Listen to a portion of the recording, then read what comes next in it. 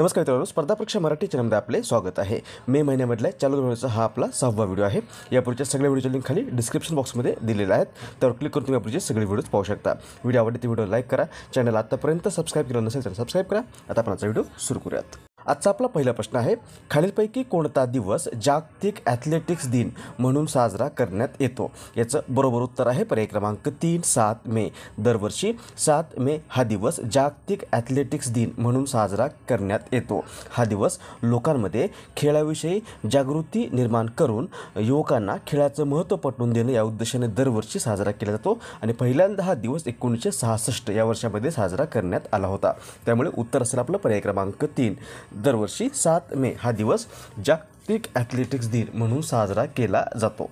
हा आहे जागतिक ॲथलेटिक्स दिन। जर आपल्याला असं विचारलं की कोणता दिवस भारतामध्ये राष्ट्रीय क्रीडा दिन म्हणून साजरा करण्यात येतो, तर उत्तर असेल 29 ऑगस्ट। 29 ऑगस्ट हा दिवस दरवर्षी भारतामध्ये राष्ट्रीय क्रीडा दिन म्हणून साजरा केला जातो। भारतातील क्रीडा क्षेत्रामधला सर्वोच्च पुरस्कार आहे खेलरत्न पुरस्कार आणि 2024 हा पुरस्कार एकूण 4 खेळाडूंना देण्यात आलेला आहे। त्यामध्ये पहिला आहे डी गुकेश बुद्धिबळपट्टू, दुसरा आहे हरमनप्रीत सिंह हॉकीपट्टू, तिसरा आहे प्रवीण कुमार पॅरा ॲथलीट आणि चौथी आहे मनू भाकेर नेमबाजी। या चौघांना 2024चा खेलरत्न पुरस्कार देण्यात आलेला आहे, जो भारतामधला क्रीडा क्षेत्रामधला सर्वोच्च पुरस्कार आहे। आणि जर असं विचारलं की महाराष्ट्रामध्ये कोणता दिवस राज्य क्रीडा दिन म्हणून साजरा करण्यात येत आहे, तर दरवर्षी आपल्या महाराष्ट्रामध्ये 15 जानेवारी जो भारताला पहिलं ऑलिम्पिक पदक मिळवून देणारे ऑलिम्पिकवीर कुस्तीपट्टू खाशाबा आझादचा जन्मदिवस आहे। हा दिवस 15 जानेवारी दरवर्षी आपल्या महाराष्ट्रामध्ये राज्य क्रीडा दिन म्हणून साजरा केला जात आहे, हे देखील लक्षात ठेवा। पुढचा प्रश्न, 72वी मिस वर्ल्ड ही सौंदर्य स्पर्धा भारतातील कोणत्या राज्यात आयोजित करण्यात येणार आहे? याचं बरोबर उत्तर आहे पर्याय क्रमांक 2 तेलंगणा। मिस वर्ल्ड ही जगातील सर्वात जुनी आंतरराष्ट्रीय सौंदर्य स्पर्धा आहे आणि हिची सुरुवात झालेली आहे 1951 किंवा 1951 या वर्षामध्ये आणि 72वी मिस वर्ल्ड ही सौंदर्य स्पर्धा जी आहे ती भारतामध्ये तेलंगणा या राज्यामध्ये 10 ते 31 मे 2025 या कालावधीमध्ये आयोजित केली जाणार आहे। त्यामुळे उत्तर असेल पर्याय क्रमांक 2 तेलंगणा। इथे मिस वर्ल्डचा उल्लेख आलेला आहे। मग भारतामधल्या आतापर्यंत किती सौंदर्यवती मिस वर्ल्ड ठरलेल्या आहेत? तर आतापर्यंत भारतामधल्या एकूण 6 महिला ज्या आहेत किंवा 6 सौंदर्यवती ज्या आहेत त्या मिस वर्ल्ड ही स्पर्धा जिंकलेल्या आहेत। त्यामध्ये पहिली आहे रीटा फारिया 1966, दुसरी आहे ऐश्वर्या राय 1994, तिसरी आहे डायना हेडन 1997, चौथी युक्ता मुखी 1999, त्यानंतर 5वी आहे प्रियंका चोप्रा 2000 आणि 6वी आहे मानुषी छिल्लर 2017। हे देखील लक्षात ठेवा। मूळ प्रश्न उत्तर असेल पर्याय क्रमांक 2 तेलंगणा। नेक्स्ट, 7व्या खेलो इंडिया यूथ गेम्स 2025चे उद्घाटन नुकतेच कोणी केले आहे? याचं बरोबर उत्तर आहे पर्याय क्रमांक 1 नरेंद्र मोदी। भारताचे पंतप्रधान नरेंद्र मोदी यांनी नुकतंच 7व्या खेलो इंडिया यूथ गेम्स 2025 स्पर्धेचं बिहारमध्ये उद्घाटन केलेलं आहे। 7वी खेलो इंडिया यूथ गेम्स 2025 ही स्पर्धा 4 ते 14 मे 2025 या कालावधीमध्ये बिहार आणि नवी दिल्लीमध्ये आयोजित केली जात आहे। यावर्षी स्पर्धा बिहारमधील 5 शहरे ज्यामध्ये पटना, राजगीर, गया, भागलपूर आणि बेगूसराव या 5 शहरांचा समावेश आहे। यासोबतच दिल्लीमध्ये शूटिंग, जिम्नॅस्टिक आणि ट्रॅक सायकलिंग हे क्रीडा प्रकार जे आहेत ते नवी दिल्लीमध्ये आयोजित केले जाणार आहेत आणि यावर्षी या स्पर्धेमध्ये देशभरातून 10,000पेक्षा जास्त खेळाडू सहभागी होत आहेत। उद्घाटन केलेलं आहे नरेंद्र मोदी यांनी, त्यामुळे पर्याय क्रमांक 1 नरेंद्र मोदी हे याचं बरोबर उत्तर असेल। पुढचा प्रश्न आहे, खालीलपैकी कोणत्या खेळाडूला अखिल भारतीय फुटबॉल महासंघाने 2024-25चा सर्वोत्तम पुरुष खेळाडू हा पुरस्कार देऊन सन्मानित केला आहे?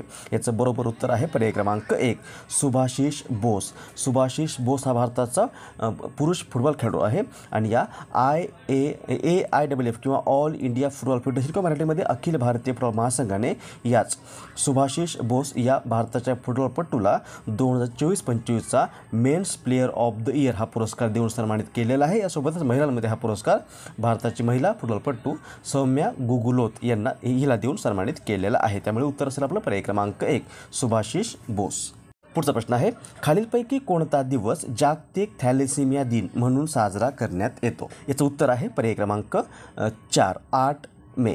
दरवर्षी 8 मे हा दिवस जागतिक थॅलेसिमिया दिन म्हणून साजरा केला जातो। थॅलेसिमिया हा एक रक्ताचा विकार आहे जो मुलांना त्यांच्या पालकांकडून होतो, म्हणजे हा एक अनुवंशिक असा आजार आहे।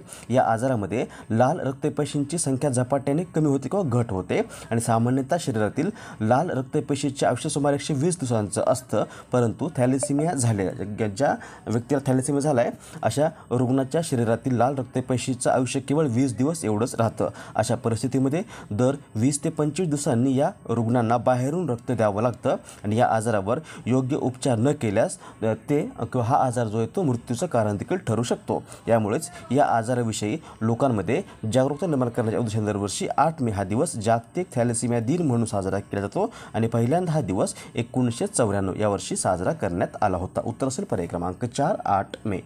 पुढचा प्रश्न आहे, खालीलपैकी कोणता दिवस आंतरराष्ट्रीय बिबट्या दिन म्हणून साजरा केला जातो? उत्तर आहे पर्याय क्रमांक 1, 3 मे। 3 मे हा दिवस दरवर्षी जगभरात आंतरराष्ट्रीय बिबट्या दिन म्हणून साजरा केला जातो। हा दिवस बिबट्यांच्या स्थितीबद्दल तसंच बिबट्यांच्या लोकसंख्येला भेडसावणाऱ्या धोक्यांबद्दल जागतिक स्तरावर जागरूकता वाढवण्याच्या उद्देशाने दरवर्षी साजरा केला जातो। उत्तर असेल पर्याय क्रमांक 1, 3 मे। पुढचा प्रश्न आहे, भारताचे केंद्रीय मंत्री मनसुख मांडविया यांनी नुकतेच कोणत्या राज्यात खेलो इंडिया बहुउद्देशीय सभागृहाचं उद्घाटन केलं आहे? उत्तर आहे पर्याय क्रमांक 3, अरुणाचल प्रदेश। ईशान्येकडील राज्यात क्रीडा पायाभूत सुविधांना चालना देण्याच्या उद्देशाने भारताचे युवा व्यवहार आणि क्रीडा मंत्री डॉक्टर मनसुख मांडविया यांनी अरुणाचल प्रदेश या राज्यातील कामले या जिल्ह्यामध्ये खेलो इंडिया बहुउद्देशीय सभागृहाचं नुकतंच उद्घाटन केलेलं आहे।